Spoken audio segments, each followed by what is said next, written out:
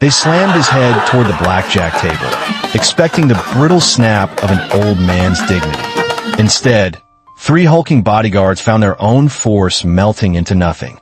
Their target, a quiet 60-year-old in a tailored suit, hadn't even flinched. This is the story of how casino security tried to humiliate Jason Statham and instantly regretted it. His calm stillness was their first warning. But what they did to his teacup was their very last mistake. The entire room saw what happened next. Before I show you exactly what happened and what led to that moment, make sure you hit that subscribe button and drop a comment telling us where you're watching from. Now let's get into it. The night at the Onyx Spire Casino was a symphony of calculated chaos. The Onyx Spire Casino wasn't a place for quiet contemplation. It was a predator, humming with a frantic energy that fed on hope and desperation. Black marble floors reflected the cold, sharp glow of 1,000 LED lights, while chrome fixtures gleamed like polished teeth. The air, thick with expensive perfume and the ghost of celebratory cigars, vibrated with the endless digital chorus of slot machines and the distant rattle of roulette wheels. It was a world of noise, flash, and aggressive luxury, designed to overwhelm the senses and loosen the grip on one's wallet. Into this maelstrom walked a figure of profound stillness. Jason Statham, at 60, moved with an economy of motion that made the frantic energy around him seem clumsy and wasteful. He wore a dark gray tweed suit, impeccably tailored, with a crisp white shirt unbuttoned at the collar.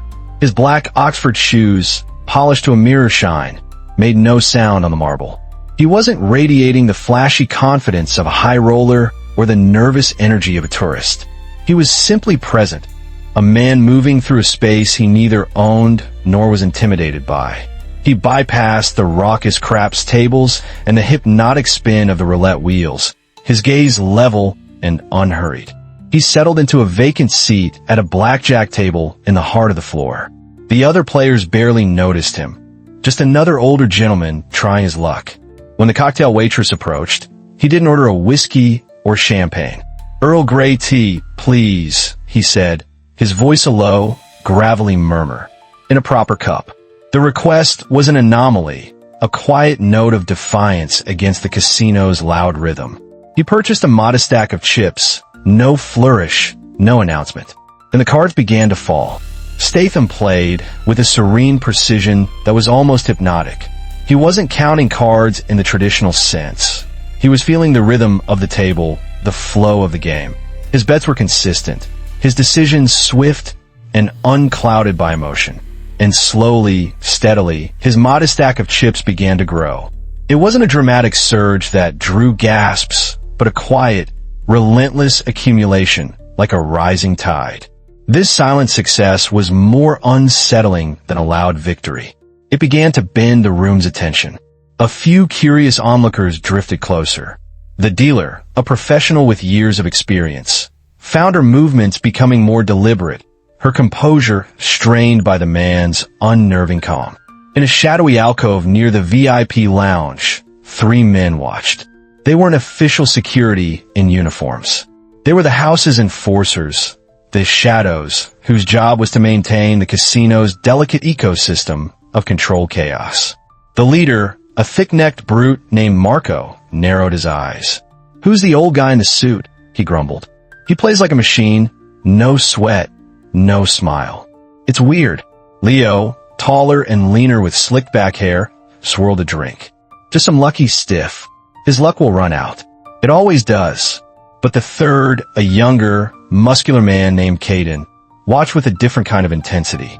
He was eager to prove himself. "He's making people stare," Caden said, a slight edge in his voice. "He's too quiet. It's throwing off the vibe. The house doesn't like that." Marco pushed himself out of the booth, a smirk playing on his lips. "Well then," he said, cracking his knuckles, "maybe we should go over and make some noise for him." The three men moved from the shadows with a practiced casualness, weaving through the crowds like sharks closing in. Their destination was the island of calm in the center of the casino floor, where Jason Statham sat nursing his porcelain cup of tea.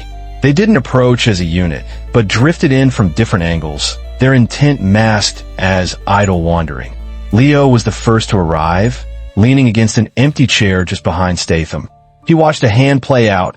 Another win for Statham. Before speaking, his voice pitched just loud enough for the entire table to hear.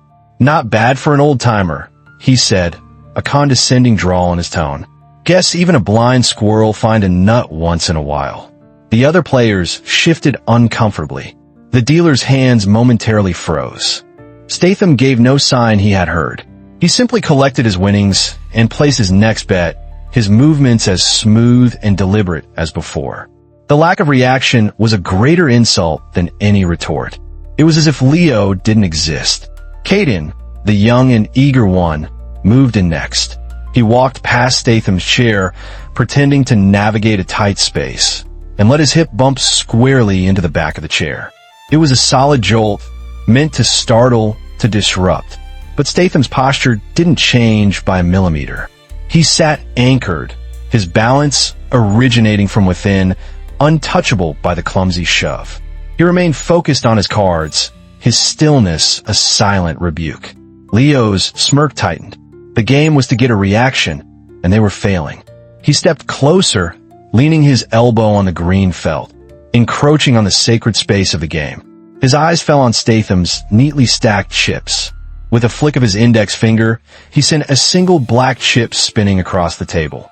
It skittered past the dealer's hand before she quickly trapped it with her palm. "Sir," she said, her voice trembling slightly, "please, keep your hands off the table." Leo ignored her, his eyes locked on Statham, waiting. But Statham's gaze only followed the path of the chip, then returned to his cards. He played his hand, lost, and showed no more emotion than when he had won. This absolute control was infuriating. It was a language the guards didn't understand, and it felt like mockery. Now it was Caden's turn to escalate. He saw the teacup, a symbol of the man's defiant civility. On his next pass behind the chair, he feigned a stumble, his body lurching sideways. It was a transparently hostile move, a disguised body check aimed directly at Statham's arm and the teacup it held. The onlookers gasped, anticipating the clatter of shattering porcelain and the splash of hot tea. They expected a shout of anger, a leap from the chair, the spark that would ignite the confrontation. But the spark never came. Statham didn't pull his arm away. In fact, he barely moved.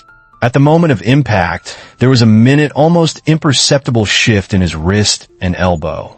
It wasn't a block, it was an absorption. Caden's lunge met a surface that yielded and redirected, his momentum vanishing into Statham's controlled frame. The teacup didn't even slosh. It sat perfectly still on its saucer, a silent testament to an impossible level of mastery. Caden stumbled past, his feigned accident turning into a genuinely clumsy recovery. A few onlookers snickered. His face flushed a deep, angry crimson. The attempt to humiliate had backfired completely, leaving him looking like a fool. The air grew thick and heavy. The game was over. The quiet laughter that rippled through the crowd was the final catalyst. Humiliation turned the guards' simmering aggression into open hostility. The pretense of accidental bumps and casual taunts evaporated. Marco, the leader, stepped forward, his face a mask of thunderous rage. He clapped a hand the size of a dinner plate onto Statham's shoulder, squeezing hard. The gesture was meant to be crushing, a physical assertion of dominance. "All right, Grandpa," he growled, his voice low and menacing. "Playtime's over." Statham didn't flinch under the pressure. His eyes remained on the cards. Leo, emboldened, moved to the front. "We tried to be nice," he sneered, and in a sudden, violent motion, he slammed his palm down on Statham's head, attempting to force his face into the blackjack table. The crowd gasped collectively. This was it, the moment of brutal, public shaming. But the expected impact never came. As Leo's hand descended, Statham didn't resist with opposing force. Instead, his body flowed with it. His spine curved slightly, his hand rested lightly on the table's edge, and he used the principles of leverage to absorb and redirect the entirety of the downward shove. Leo's force found nothing solid to break against. It was like punching water. He pitched forward, his own momentum carrying him off balance as Statham's head, which should have been smashed into the felt, remained perfectly still. Leo stumbled into the table, looking utterly bewildered. The crowd's gasp turned into a roar of disbelief. Enraged by his comrade's failure, Caden lunged. He grabbed the lapels of Statham's tweed suit with both hands and heaved, trying to physically rip the older man from his seat. "Get up!" he yelled, muscles straining in his neck. For a second, Statham's body lifted an inch from the chair, but then he simply settled his weight, grounding himself. He became an immovable object. Caden pulled, his face contorting with effort, but it was like trying to uproot an ancient oak tree. The old man wouldn't budge. Utterly humiliated, his rage boiling over, Caden released him and did the unthinkable. He snatched an empty wooden chair from an adjacent table, hefting it high above his head. Screams erupted from the crowd. This was no longer intimidation. It was assault. "This ends now," Caden roared as he brought the chair crashing down. Instead of retreating, Statham stood and stepped forward, moving inside the arc of the swing. Time seemed to slow. As the heavy chair descended, his hands rose to meet it. It wasn't a block. One palm met the underside of the chair, neutralizing its kinetic force.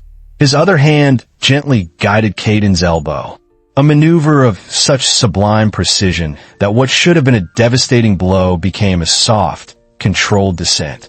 The chair's legs touched the carpet with a gentle thud. The violence was disarmed in midair. Caden, his balance and aggression completely spent on an attack that met no resistance, was left wide open. With the same fluid motion, Statham guided the young guard's own momentum, and Caden tumbled forward, sprawling ungracefully across the green felt of the blackjack table, his face buried in a pile of scattered chips. The humiliation was absolute, and the casino exploded. The sound that erupted from the crowd was deafening. It was a tidal wave of cheers, laughter, and thunderous applause. The casino's carefully curated atmosphere of tense gambling was shattered by the raw, joyous spectacle of a perfect, bloodless victory. Every phone was held high, a forest of tiny screens recording the downfall of the three enforcers. The legend of the quiet man in the tweed suit was being uploaded to the world in real time. Marco and Leo stood frozen, their faces a mixture of shock, fury, and a dawning, sickening fear. They had come to make an example of a man and had become a laughingstock.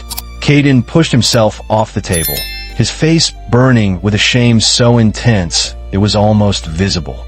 Their power, built on fear and implied violence, had been dismantled without a single punch thrown. They were bullies who had picked on the wrong man, and now the entire world, or at least the entire casino floor, was laughing at them. Just then, two uniformed security officers finally arrived, their movements professional and swift. But they walked past Statham, their eyes on Marco, Leo, and Caden. The pit boss was on his radio, his voice urgent. The message was clear. The problem was not the man who had been attacked, but the men who had done the attacking. "This isn't over," Marco spat, pointing a trembling finger at Statham. It was a desperate, pathetic attempt to reclaim some shred of authority. The threat was hollow, lost in the jeers of the crowd. Statham, who had calmly righted his chair, looked up. He took a sip of his now-cold tea before speaking, his voice cutting through the noise with chilling finality. "You've already lost enough tonight," he said. "Don't lose more tomorrow." The words hung in the air, a statement of fact, not a threat. Defeated, the three men allowed themselves to be escorted away, disappearing into a sea of smirking faces and glowing phone screens. The storm had passed. The casino slowly began to breathe again. The dealer, her hands still shaking, began to collect her scattered cards. Statham calmly stacked his chips. He pushed a significant portion of them toward her. A generous tip. She looked at him, her eyes wide with gratitude and awe, but he gave a slight, almost imperceptible shake of his head. He required no thanks. He rose from his chair and walked toward the cashier's cage. The crowd parted for him like the Red Sea, a path of respect opening before him. Whispers followed him, people recounting what they'd just witnessed in hushed, excited tones. He cashed out his winnings, folded the bills neatly into his jacket and turned to leave. As he walked toward the grand entrance, his steps were as unhurried as when he had arrived. He didn't look at the faces that stared at him, didn't acknowledge the legend he had just created. He simply walked out through the massive glass doors and into the cool desert night, leaving the onyx spire abuzz with the story of the man who had answered chaos with calm and violence with untouchable grace.